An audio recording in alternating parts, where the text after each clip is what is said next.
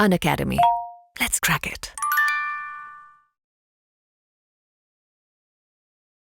अब इसके बाद जो सबसे इंपॉर्टेंट कंसेप्ट आता है वो आता है ईजमेंट का।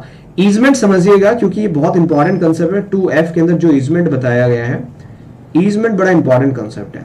देखिए ईजमेंट बेसिकली क्या होता है, जो इंडियन ईजमेंट एक्ट है उसको बहुत अच्छे से डिफाइन करता है, लेकिन यहाँ पे जब हम डेफिनेशन देखते हैं लिमिटेशन एक्ट की 2F के अंदर, यहाँ पे ईजमेंट को क्या कहा गया है। इन्होंने कहा है कि ईजमेंट राइट होगा लेकिन वो राइट आपको कॉन्ट्रैक्ट से ना मिले, एक ऐसा राइट जो आपको कॉन्ट्रैक्ट से नहीं मिला। फॉर एग्जाम्पल ईजमेंट्री राइट क्या होता है, देखिए ईजमेंट क्या होता है बेसिकली, जब एक आप अपनी प्रॉपर्टी के लिए किसी और की प्रॉपर्टी को यूज कर रहे हो, सुखाचार जिसको बोलते हैं, ठीक है, बट ये कॉन्ट्रैक्ट से नहीं मिलना चाहिए आपको, ठीक है। आप अपनी प्रॉपर्टी के एक बेनिफिशियल एंजॉयमेंट के लिए किसी और की प्रॉपर्टी के ऊपर आप एक ऑब्लिगेशन कास्ट कर रहे हैं, एक लाइबिलिटी कास्ट कर रहे हैं। For example this is a property, this property belongs to a person, this property belongs to a B person.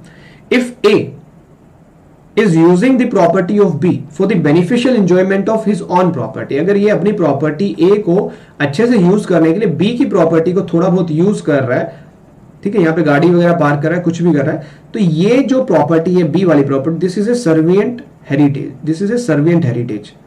और ये जो प्रॉपर्टी ये होती है डोमिनेंट हेरिटेज, डोमिनेंट हेरिटेज। जिस प्रॉपर्टी के ऊपर आप ऑब्लिगेशन कास्ट करते हैं वो होती है हमेशा सर्विएंट हेरिटेज, एंड जिस प्रॉपर्टी की वजह से ऑब्लिगेशन कास्ट किया जाता है वो होती है डोमिनेंट हेरिटेज। कहने का मतलब क्या, ईजमेंट क्या होता है, जब आप अपनी प्रॉपर्टी के मोर बेनिफिशियल एंजॉयमेंट के लिए किसी और की प्रॉपर्टी को यूज कर रहे हो, तो उसको हम बोलते हैं ईजमेंट। इसके ऊपर बहुत अच्छा कंसेप्ट है पूरा का पूरा इंडियन एविडेंस एक्ट, जो सेक्शन नंबर 25-26 हम पढ़ेंगे, बहुत अच्छा कंसेप्ट वहां पे हम डिस्कस करेंगे। और इसके बाद 2G जो कहता है नहीं पढ़ना, फॉरेन कंट्री कोई इतना इंपॉर्टेंट नहीं है, लेकिन 2H आपको जरूर पढ़ना है। 2H कहते हैं गुड फेथ क्या होगा। गुड फेथ का सेक्शन आप लोग पढ़ते हैं आईपीसी में, आईपीसी में भी डिफाइन किया गया गुड फेथ क्या होता है। Good faith, good afternoon to all of you. भी गुड फेथ कहाँ पे डिफाइन किया गया आईपीसी में, मुझे सेक्शन बता दीजिए कमेंट बॉक्स में। देखिए इंटरेक्टिव क्लास होनी चाहिए दोनों साइड से, आप लोग भी बताएंगे मैं भी बताऊंगा। गुड फेथ कहाँ पे डिफाइन किया गया आईपीसी में, कौन से सेक्शन में किया गया, और टू सम एक्सटेंट सिमिलर है, यहाँ पे थोड़ी नेगेटिव डेफिनेशन दी गई है। सेक्शन 2H में जब हम बात करते हैं गुड फेथ की, तो इन्होंने कहा nothing shall be deemed to be done in good faith which is not done with due care and attention. इन्होंने एक नेगेटिव डेफिनेशन दी है कि गुड फेथ क्या होगा, जिस चीज को आप proper due and care and attention के साथ नहीं कर रहे वो गुड फेथ नहीं माना जाएगा। नेगेटिवली डिफाइन किया गया, और section number 52 of the Indian penal code positively define करने का काम करता है। इसके बाद जो डेफिनेशन आती है वो होती है 2E के अंदर। 2E कहता है प्लेंटिफ क्या होगा, सेम जो आपने एप्लीकेंट पढ़ा वही प्लेंटिफ की यहाँ पे एक थोड़ा सा इन्होंने परिभाषा नहीं दी है। इन्होंने ये नहीं कहा प्लेंटिफ का मतलब क्या है, प्लेंटिफ के अंदर इंक्लूडेड कौन कौन पर्सन होगा। प्लीज एक काम कर दीजिएगा, वीडियो को साथ के साथ लाइक कर दीजिएगा। 94 स्टूडेंट लाइव हैं अभी, साथ के साथ में लाइक जरूर कर दीजिएगा क्लास को, ठीक है, क्योंकि पूरी लंबी चलने वाली, पूरा लिमिटेशन हम कंप्लीट करने वाले हैं, और आई होप कि काफी बेनिफिशियल रहने वाला है आप लोगों के लिए।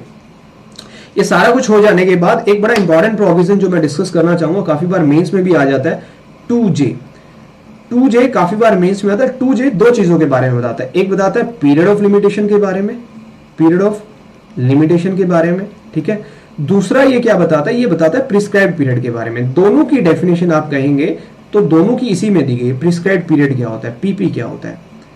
देखिए पीरियड ऑफ लिमिटेशन और प्रिस्क्राइब्ड पीरियड समझना बहुत जरूरी है, क्योंकि जब भी आप competition of period of limitation करते हैं तो ये दोनों कंसेप्ट समझने बहुत जरूरी होते हैं। पीरियड ऑफ लिमिटेशन क्या होता है और प्रिस्क्राइब्ड पीरियड क्या होता है, जो कि 2J यहाँ पे डिफाइन करने की कोशिश कर रहा है। देखिए जब भी आप पीरियड ऑफ लिमिटेशन की बात करते हैं, पीरियड ऑफ लिमिटेशन आपके जो लास्ट में शेड्यूल दिया गया है लिमिटेशन का, जहां पे लिखा गया है कि भाई अपील एप्लीकेशन सूट्स के लिए इतना टाइम पीरियड होगा। फॉर एग्जांपल अगर एक कॉन्ट्रैक्ट का सूट फाइल आपको करना है तो उसका कितना टाइम पीरियड है, जो शेड्यूल ने बताया गया वो होगा आपका पीरियड ऑफ लिमिटेशन, जो लास्ट में स्पेसिफाई किया गया। आपके बेरेक्ट का लास्ट देखेंगे जहां पे शेड्यूल और आर्टिकल्स हैं, उसमें दिया होगा कि इस सूट के लिए इतना टाइम पीरियड होगा, अपील के लिए इतना होगा, एप्लीकेशन के लिए इतना होगा। That is your period of limitation.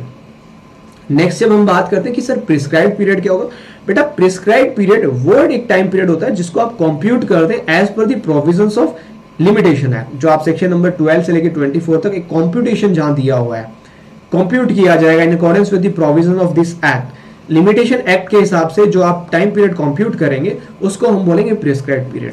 I hope दोनों चीजें क्लियर हो गई, पीरियड ऑफ लिमिटेशन क्या है और प्रिस्क्राइब्ड पीरियड क्या है।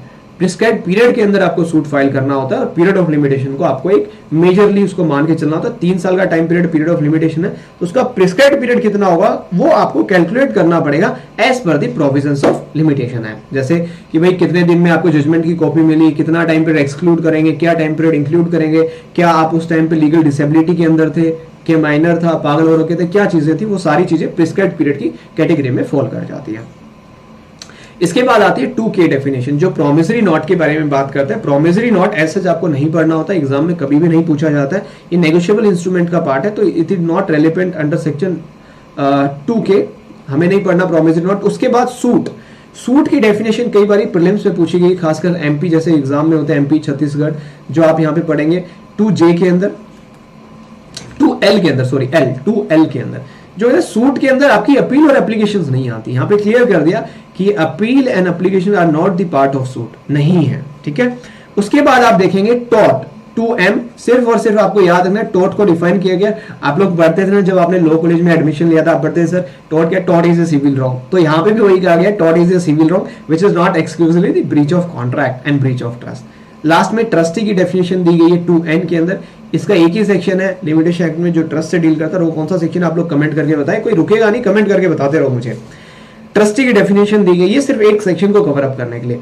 This is your first part, जो सेक्शन 1 और 2 हमने पढ़ा, शॉर्ट टाइटल डेफिनेशन।